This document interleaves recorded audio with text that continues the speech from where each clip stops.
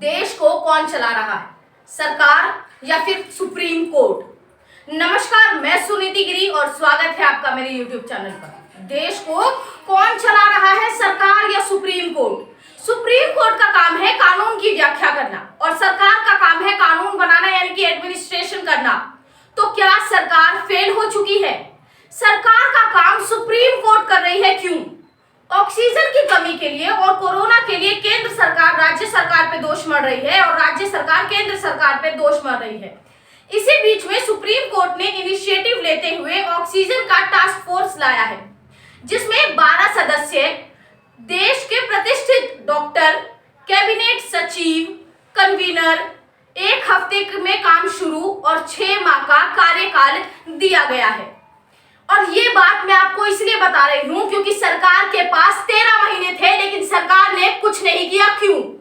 हमारे पास ऑक्सीजन लाने ले जाने के लिए पर्याप्त टैंकर नहीं है। अगर नहीं तो ये व्यवस्था कौन करेगा?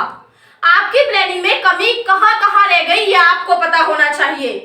सरकार को हर तरफ से खिड़कियां मिली, चाहे वो इलाहाबाद कोर्ट हो, मद्रास कोर्ट हो, कर्नाटका कोर्ट हो या फिर तमिलनाडु कोर्ट हो। सरकार के पास कोई मैकेनिज्म ही नहीं है और इसी के कारण सुप्रीम कोर्ट को विश्वास दिलाने में असफल रही है हमारी सरकार। तो सरकार असफल क्यों हो रही है? मैं दोबारा पूछना चाहती हूं कि सरकार असफल क्यों हो रही है? क्या उनके पास ऑक्सीजन है? मैं सरकार से पूछ रही हूं, क्या उनके पास ऑक्सीजन है या नहीं? सप्लाई चेन है या नहीं? डिस्ट्रीब्यूशन नेटवर्क है तो कितना है? पिछले साल अक्टूबर में 162 ऑक्सीजन प्लांट लगाने की योजना की गई थी, लेकिन 7 महीने के बावजूद मात्र 5 ऑक्सीजन प्लांट ही ऐसे थे जो कार्यरत पाए गए।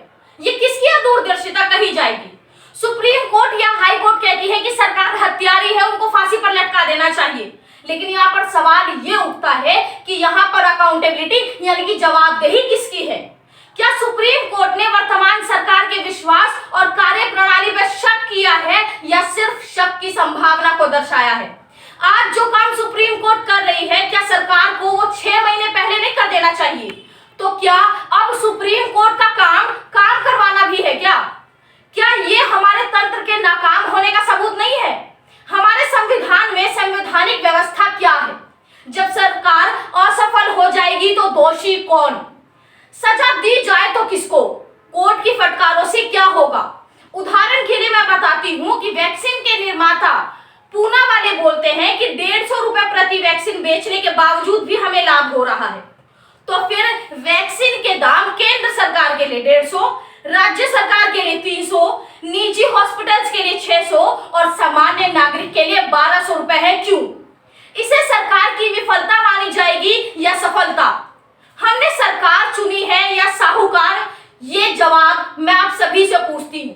इस जवाब का आंसर कमेंट सेक्शन में जरूर दीजिएगा कि हमने सरकार चुनी है या साहूकार जिसे प्रत्येक काम में सिर्फ और सिर्फ मुनाफा चाहिए। अभी के लिए सिर्फ इतना ही, तब तक के लिए धन्यवाद।